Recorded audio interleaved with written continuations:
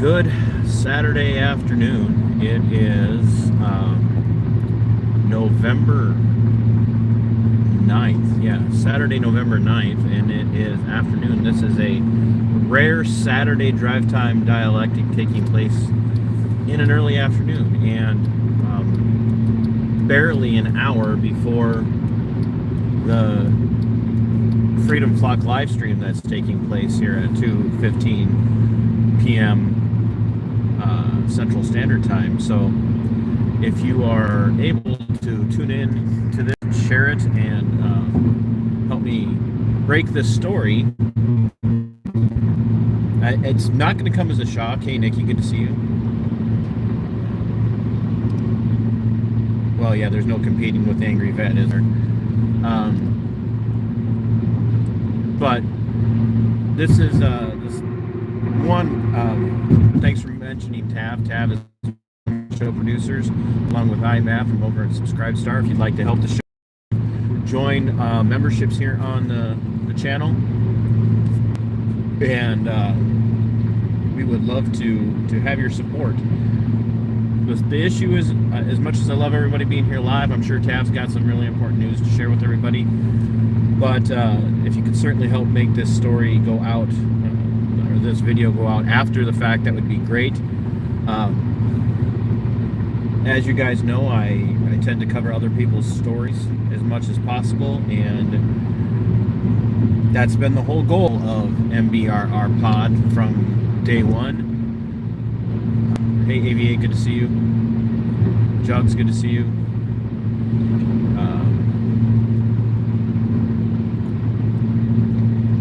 So I was on my way to get my oil changed and spend some quality time with my son, and I got a message from a friend over in Meeker County in Wilmer, Minnesota area, going, "Hey, I got information for you," and he shared it, and I'm the first person to get this information, and it is verifiable.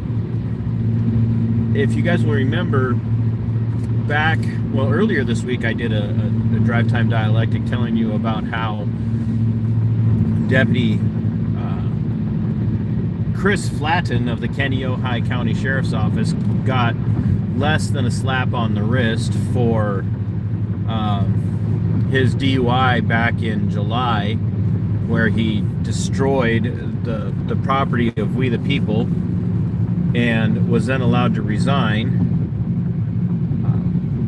I have found out a little bit more that for some reason his name is not showing on the post board roster anymore, so we're working to verify what that means in this situation, if that's just a glitch. Hey Chris, thanks for tuning in and listening. We don't know if that's a glitch or if he has had his post certification removed from him. So we will cover that story when we get more on that. But Chris Flatten didn't just get a DUI, as you guys know. 2 years ago, while he was still an officer with 16 years of experience with the city of Wilmer, along with one Derek Gilbert. An unlawful use of force, an excessive use of force, but it was a case of mistake situation. I'll say it wasn't just a case of mistaken identity, it was willful.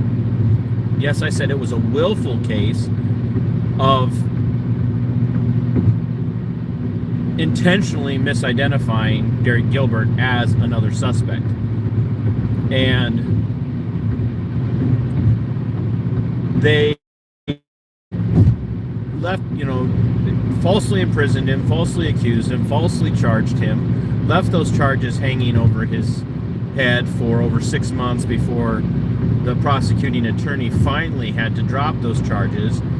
And just weeks prior to Flatten getting his DUI, the civil suit was brought by the Minnesota ACLU and announced. So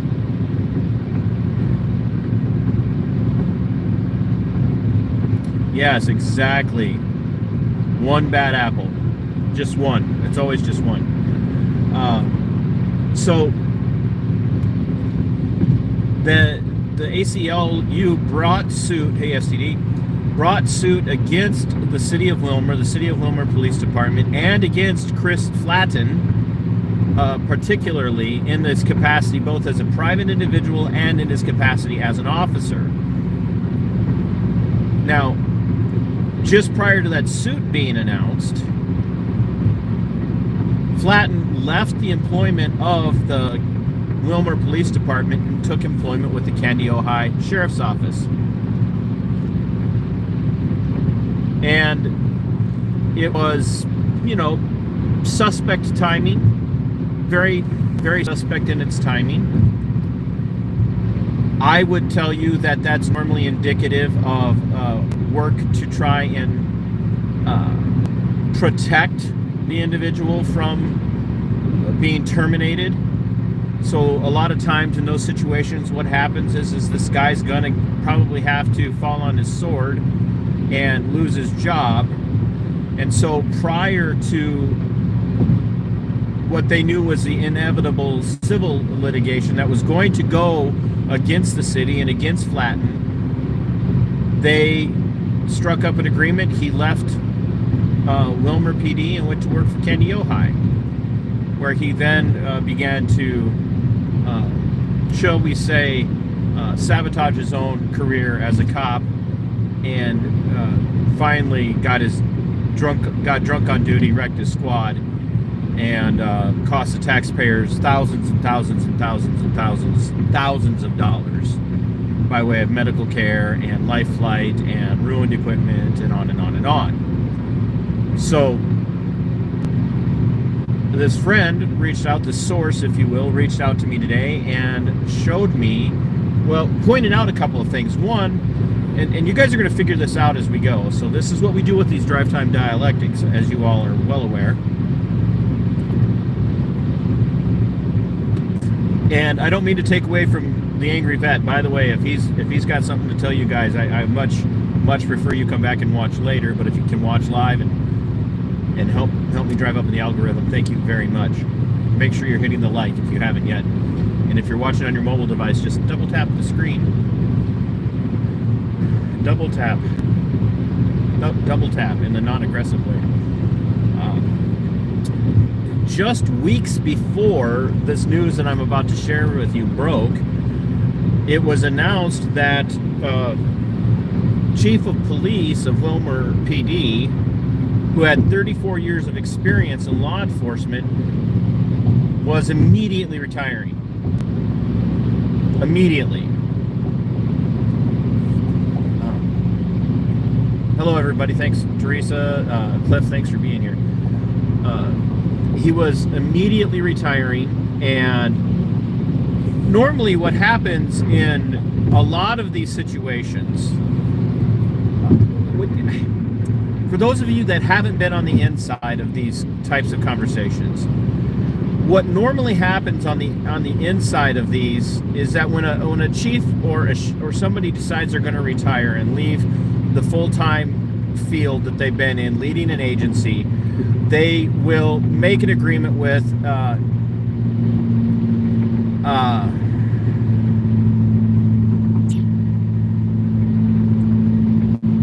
the city or the county or the state or whatever the case might be, that they will stay in that office until they can find a replacement and make a smooth transition. Chief Jim Felt, once again, 34 years in the business, folks. 34. So let's say he started when he was 20. He's only 54.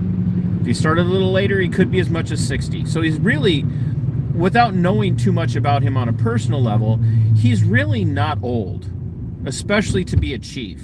He's not old at all. I mean, in the capacity of a chief of a small, mid-sized city, being a chief like that, it's a low-stress job, it's a low-key job. There's really not a lot going on in those places where you're just getting run through the ringer on a daily basis. He just ups and retires. And that was effective in October, mid of October. So with 2 weeks of notification to the city, and he just basically resigns. Now, you're going, well, people always give 2 weeks notice. Sure, they do. They give 2 weeks notice. But this is outside of the realm of normalcy, if you will, for these situations. And on top of that, Willmar is left without a police chief right now, folks. Willmar does not have, and like, I'm going to sit here and say, good, there's that's money being saved for the taxpayers, right?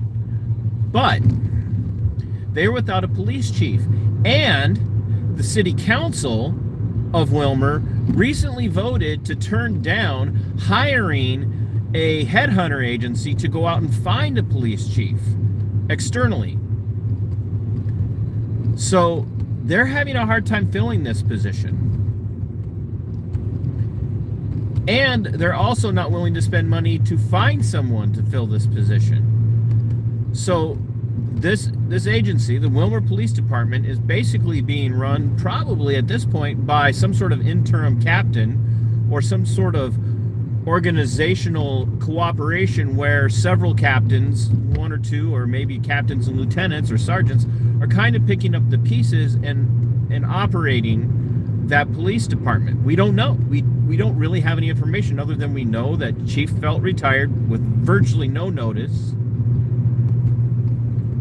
and they're without a chief, and the city's not willing to invest the money to find somebody to help them find someone. Now, settlement was just announced on November 4th, folks. The media is not picking this up. The media in that area and other places across the state are not picking this story up. They're not talking about this. Some sort of behind closed door settlement has been reached between Derek Gilbert, the City of Willmar, the City of Willmar Police Department, and now former officer Chris Flatten, that has immediately dismissed the civil litigation. Now, I had word from Derek via email that when this case was settled, he'd reach out to me, and I haven't heard from him. So this makes me and my source curious as to whether or not part of the settlement that was reached put a gag order on Mr. Gilbert. Which also now raises the question of whether or not Chief Felt was thrown to the dogs, if you will, because one of the statements that was made officially by the Willmar Police Department, i.e. Chief Felt, when the story broke of the egregious use of excessive force against Mr. Gilbert, wrongfully, not that there's ever justification for excessive use of force, but when you couple the excessive use of force with the negligence and proper identification of Mr. Gilbert by Chris Flatten, who knew full well who Gilbert was by Mr. Gilbert's own testimony. He knew Chris Flatten. He knew Officer Chris Flatten of the Willmar PD, knew him very well. That he worked in several restaurants where many officers from Willmar knew him as as a cook in those restaurants, as a line chef in those restaurants. Wrongfully identified him, wrongfully accused him, wrongfully arrested him, beat the brakes off of him, wrongfully detained him, wrongfully imprisoned him, and Chief Felt had this to say, and I'm paraphrasing. You can go back and watch my original report on this. If one of you can pull it up, AVA, you're really good at that. Chief Felt said Mr. Gilbert just happened to be a black man in the right city at the wrong time.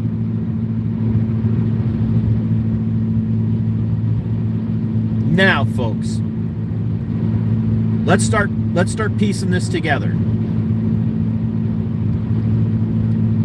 Out of control cops in Wilmer, Minnesota,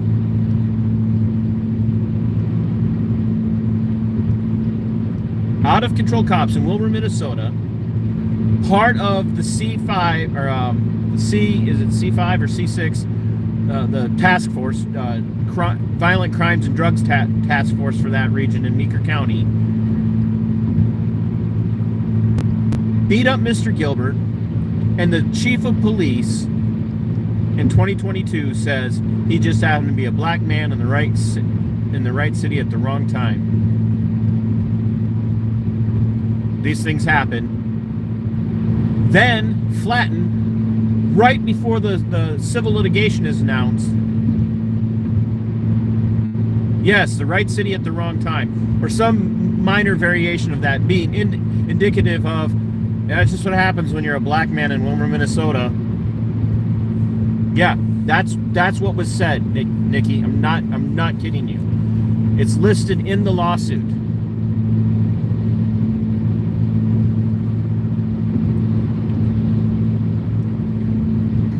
So, not even 2 years later, as everybody knows the lawsuit's coming,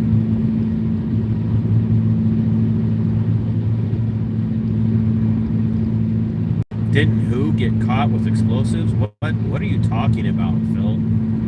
You might be on the wrong stream.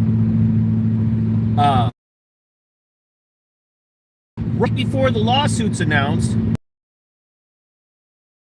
gets a job with Candy, Ohio County, an agency that works, by the way, had deputies involved with the beating. Candy, Ohio County had deputies, 2 deputies that were involved with the beating. I'm not making this up. I have the documentation. I show it in one of the several videos I've done on this story.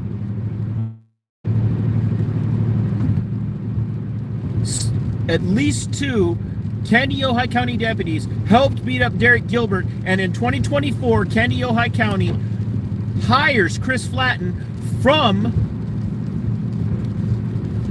Wilmer PD.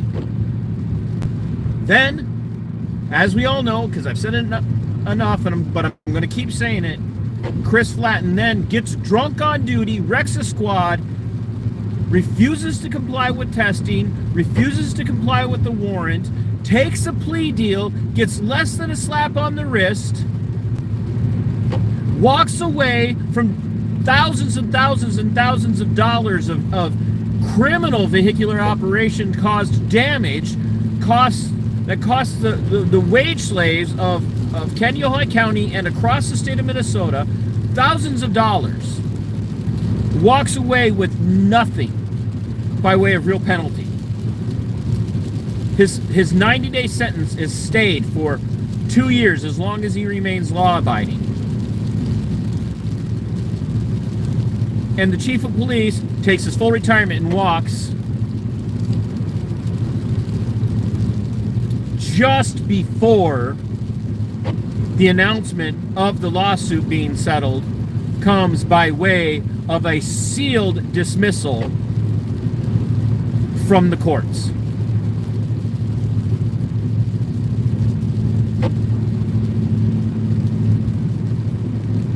Folks, this is why the stuff I talk about is so important.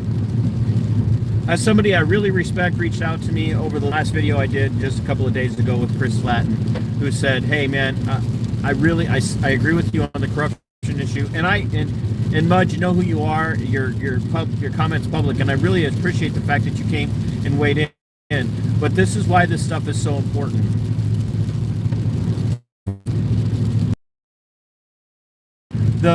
The reality is that there's a single person and I cannot emphasize this.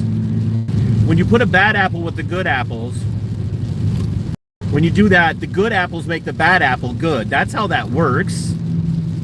Bad apple doesn't spread its badness to the good apples. The good apples fix the bad apple. Everybody knows that. That's what everybody heard from their parents growing up and their grandparents. That's the old saying, right? Put the bad apple with the good apple so the good apples can make the bad apple good. That's what I learned. I don't know about you. All of this working together is exactly why it's so important for everybody to realize this impacts every single one of you.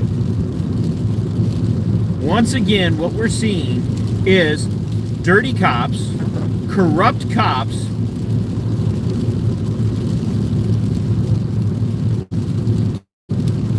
getting away and hiding from having to admit what they did, while we, the people, the wage slaves of the United States, and yes, I do mean the entire United States, this isn't just going to impact Wilmer. This isn't going to just impact the Wilmer PD. This isn't going to just impact Kaneohe County. This impacts every single taxpayer in the United States, because every single law enforcement agency in the state of Minnesota receives federal dollars. Every single law enforcement agency in the United States receives federal dollars. So that means every single one of you who pays taxes funds every single corrupt agency that's out there. And then behind the scenes, they work to make sure that no one ever gets held accountable. Now, I don't blame Derek Gilbert at all for taking a settlement. I want people to understand I do not blame him for taking a settlement. But what I do blame is a system that makes it nearly impossible for somebody to get justice in the courts. When I was covering the story, I had to ask these questions. Mr. Gilbert, do you have a criminal history? Yes, I do. And he does. He does have some law enforcement contact. And then what do we hear from people? When somebody, all the bootlickers out there, all these supposed patriotic types who fly their back the blue flag and their Gadsden flag side by side, folks, the don't tread on me. All of those people, they're all one and the same. I don't understand the question. I don't even know who you are. And so answering a question that has nothing to do with me, why would I answer that? Was I caught with explosives? What the fuck are you talking about? I don't even know anything about that.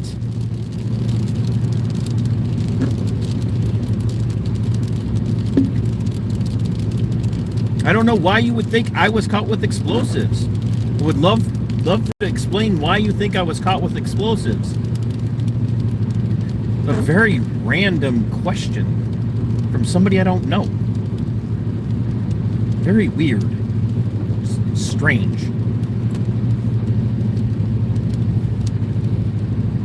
I mean, I have an explosive personality.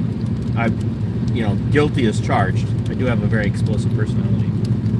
And I'm very good with explosive stories. So there, yes, I am caught with an explosive personality and good with explosive stories. But all of this this corruption continues because it gets covered up in settlements. Because it's easier to take a settlement, which then puts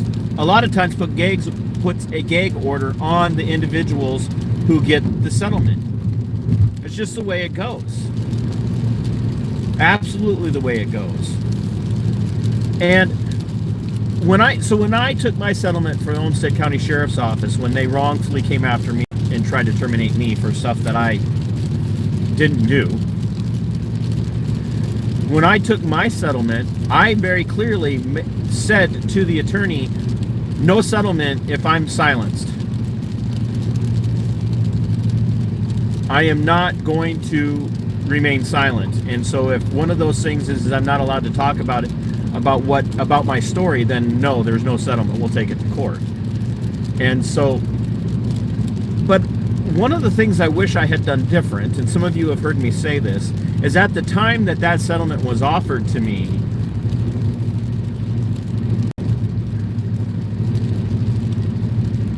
When the settlement was offered to me, I thought to myself,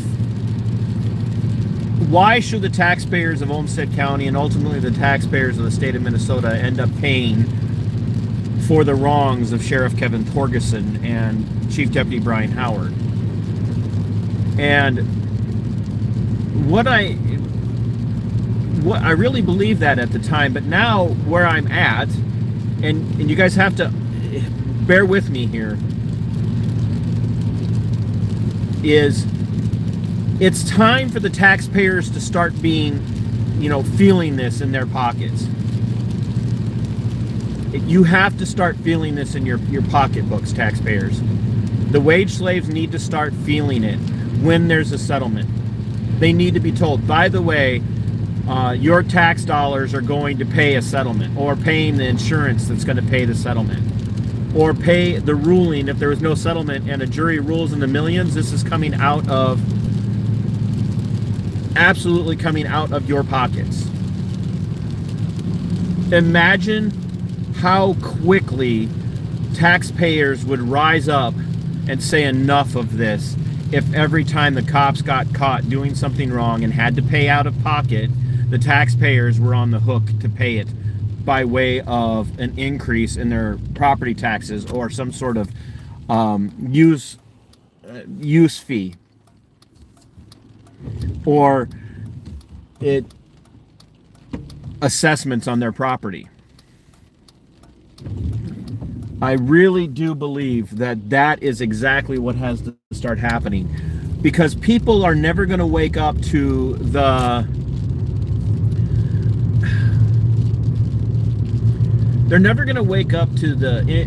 corruption of the system until they themselves are targeted by the corrupt system.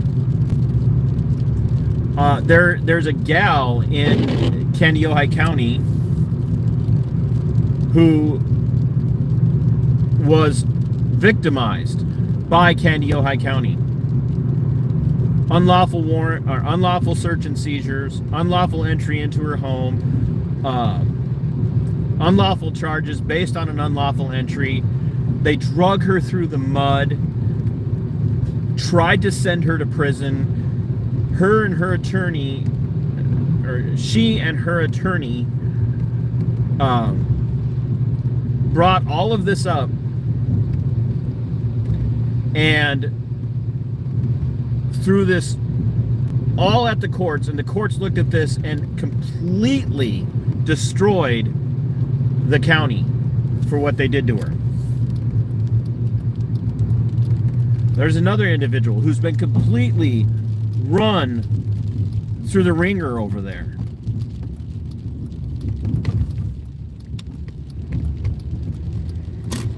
And they've absolutely just proven the corruption in Kandiyohi County. Proven it after they've destroyed his life. And that's the problem.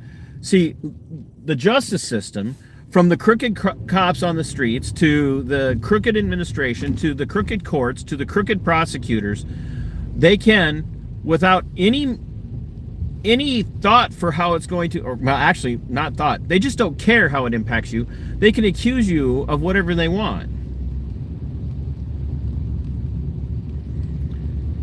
They can say whatever they want. They can ruin your life. They can destroy your life. They can take everything that you own from you, and then they can be found to have been criminal and liable for the damages. And what do? You fight them then for the rest of your life to get all that back. And the thing that you can never get back is all those missed years. You can never get back all the damage and all of the trauma that has been inflicted upon you, and all the stuff that they took away from you. You're never going to get it all back while you sit there and wait and wait and wait and have to spend thousands and thousands and thousands and thousands and thousands of your own dollars to fight for the justice that you should have had in the first place. See, that's the problem. And the taxpayers don't care until it actually, they're the ones that suffer from it. And I'm covering two stories right now. And you guys have seen two episodes so far with Marcy of how she didn't even do anything to have contact with law enforcement. Her son, her poor kid, Spencer, is slaughtered in a traffic accident by a minor who had connections to the prosecuting attorney, who has connections to everybody in the county, who has connections to the kid's family.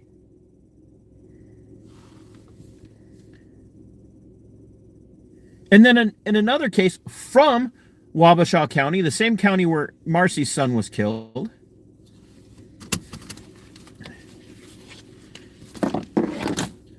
Pam in Plainview, Minnesota, has her home illegally searched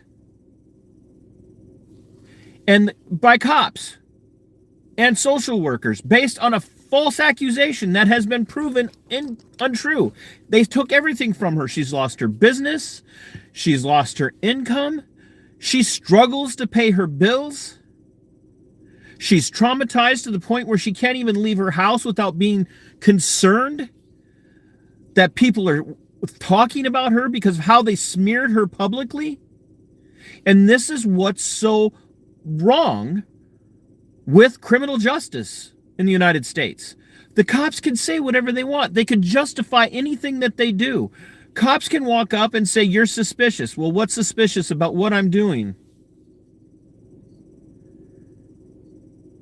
Well, normal people don't do what you're doing, so we need to ID you. You don't want to ID? Well, we believe you've committed a crime, so now we're going to detain you and arrest you. You don't want to be arrested? You better not resist, because now you're resisting arrest. Oh, you don't want an ID? Well, now you're going to be arrested for failing to provide ID upon probable suspicion, reasonable articulable suspicion of committing a crime. On and on and on and on. They could do whatever they want. And in the case of Pam, the video that I put out last week today, 1 week ago today, the cops entered the home and faced no repercussions for it. And I'm going to be putting another video out showing just how bad their unlawful warrantless search was. And something even more egregious that they did.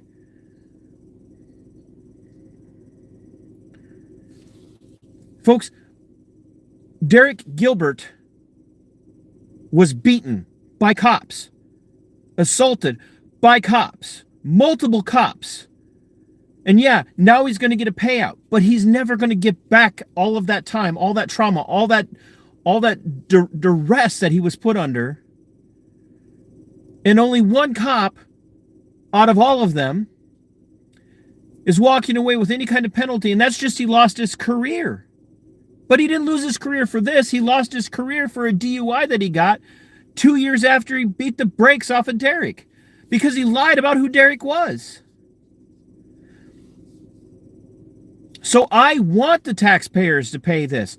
I want there to be a tax on every taxpayer in every town, in every county, in every state, that every time the cops do something wrong, instead of it getting paid out of settlement funds or out of an insurance fund, they have to go to you and say, by the way, your portion of what the cops just did in your name is coming out of your next paycheck to the tune of $100 or $200 or whatever it takes percentage-wise. Spread that out across the population per capita because you morons aren't waking up. Like I said, you fly your Back the Blue flag and you fly your Gadsden flag. Don't tread on me, back the blue. You don't realize that these blue line thugs are the ones that are going to come and tread on your don't tread on me flag while they look at your blue line flag and laugh and take your goddamn guns from you because your neighbor reported you as potentially dangerous to yourself or others. The cops will come take your guns. You people have got to stop supporting the cops. Stop supporting the cops. The cops are your enemy. The cops are the bad guys in society now. And this is coming from a guy who has friends that are in law enforcement. This is coming from a guy who's got a brother who's been in law enforcement for over 20 years. You all need to know they're all bad guys. They might be nice to you, But they're all bad because they won't do anything about the system.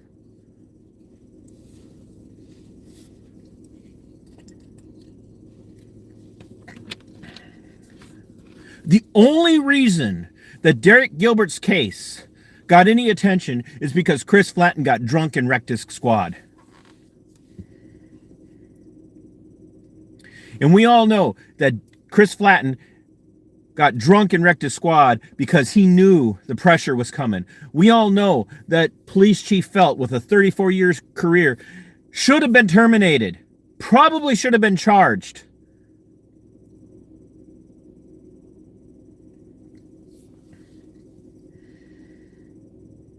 Probably should have been charged.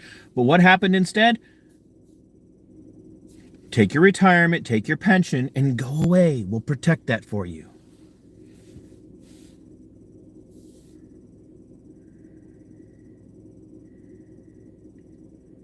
When are you going to wake up? And I know most of you watching, this doesn't apply to you.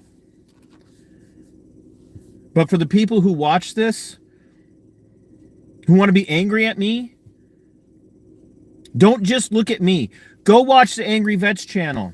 Go watch Audit the Audit. Go watch Lackluster. Go watch Long Island Audits. Go watch Galveston Island Transparency. Watch Flex Your Freedoms. Watch my videos. Watch my video from Tuesday where election judges, public servants, kicked me out of the polling place for having my camera on and then weaponized law enforcement against me.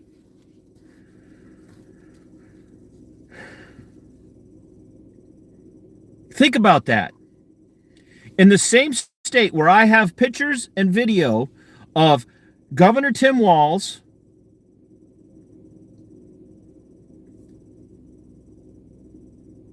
and Ilhan Omar in their polling places for this election,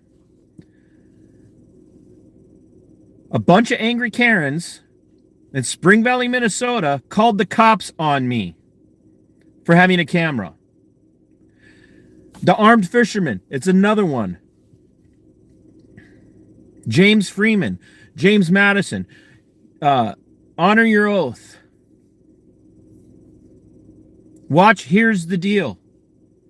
Watch the Fire YouTube channel. Watch the Institute for Justice YouTube channel. You folks, this has got to end, and the only way it ends is when you all get up out of your beds and demand the change. But until you're willing to do that, nothing's going to change. And while you're all out there holding your nose, chanting back the blue every time a cop gets accused of something that they shouldn't have done and then gets away with it and going, see, you know, if you would just comply with cops, if you don't have anything to hide, you wouldn't be afraid of them.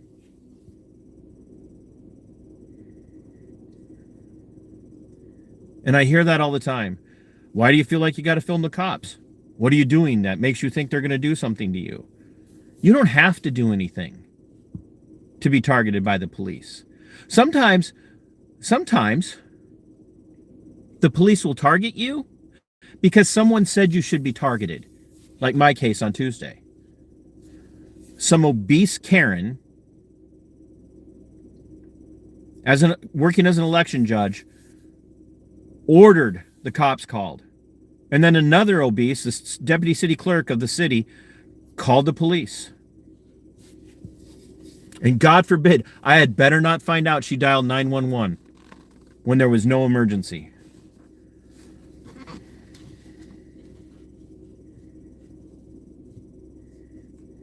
But we're the bad guys. Let that sink in. Pointing out bad cops makes us the bad guys. So my source over in Kenneohai County, in that area, is working on trying to get the details of the agreement of the settlement, so we can find out just how bad they got Derek got screwed over. Not all cops are bad. Margaret, I will challenge you to go watch Defining a Good Cop on my channel.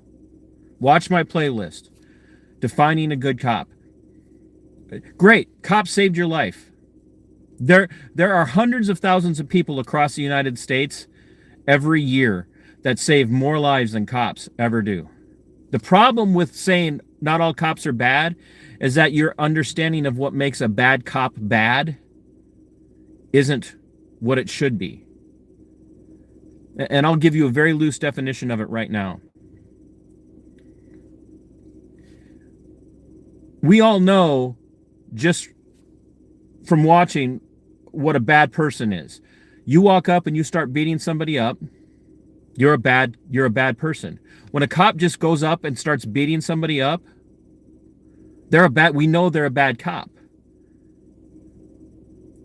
So if that's the only thing that makes a bad cop bad is just, unlawful use of force, excessive use of force, then yeah, you're right. Then not all cops are bad. But the problem is that those bad cops oftentimes are protected by the cops that don't say anything. So if you're a cop that doesn't beat people up, but you don't call out the cops that do beat people up, then you're a bad cop too. But even worse, if you're a cop that willingly enforces laws that violate people's constitutionally enshrined natural rights, you're a bad cop. The cops that were involved in investigating my friend Lisa Hansen in Albert Lea, Minnesota during the 2020 COOF pandemic, lockdowns and stay-at-home orders and business shutdowns, the cops that investigated her were bad cops. Why? Because they violated her natural rights. Her natural rights to life, liberty, and the pursuit of happiness, to conduct her business and be around people that she had every right to be around, free of the imposition of the tyranny of the governor of the state of Minnesota. And that happened everywhere across the United States.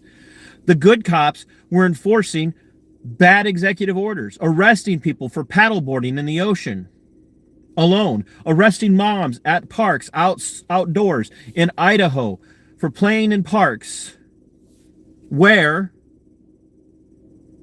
there was they could social distance safely outside.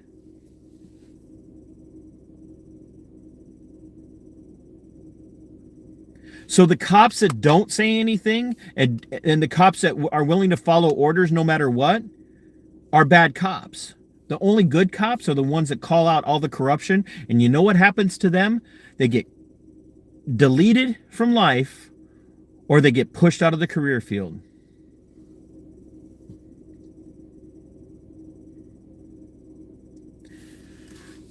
So, folks, please go and watch this whole series on Kenny Ojai County and Officer Deputy Chris Flatten, and be looking for another video to come out about this as we get more information. Yeah, and Cope Dog, yeah. They get drummed out because they're made to feel unsafe. Had I taken it to a lawsuit, I would have won and had to gone back to work, and I could never go back into that environment knowing that they were gunning for me, quite literally. So watch this, come back after it processes, share it out, get people's eyes on it. Tell cop lovers to come watch this and listen to me and challenge me. I'd love to hear their comments, actual comments that are formative and important, and questions and pushback. I love that stuff. You guys know I love interacting with that. The Freedom Flock's going to be streaming here in about 15 minutes. And while that's streaming, I'm going to be sitting down for an interview with Spike Cohen. And that will be airing sometime this week, probably on Wednesday. But yeah, I'm going to go and record that interview with Spike Cohen here very shortly. And so, folks, if you haven't yet, please find a channel membership level that you can get behind. Share this out. And help me help wake people up. So get ready to enjoy the Freedom Flock chicken stream. It's a sad day. We lost Hildegard 3 this week. She was passed away when I came home on Tuesday after voting. I hope you guys are well. I hope everyone's staying safe. And when I mean safe, I mean just mentally and emotionally staying safe, because I know this is a rough time for a lot of people this time of year. Holidays are. So if you need anything, reach out to me. If you need to talk, you can email me, mbrrpodcast@yahoo.com. So till next time, my friends, fight for your freedom, it is yours. Fight for your liberty, it belongs to you. And Sic Semper, Tyrannus.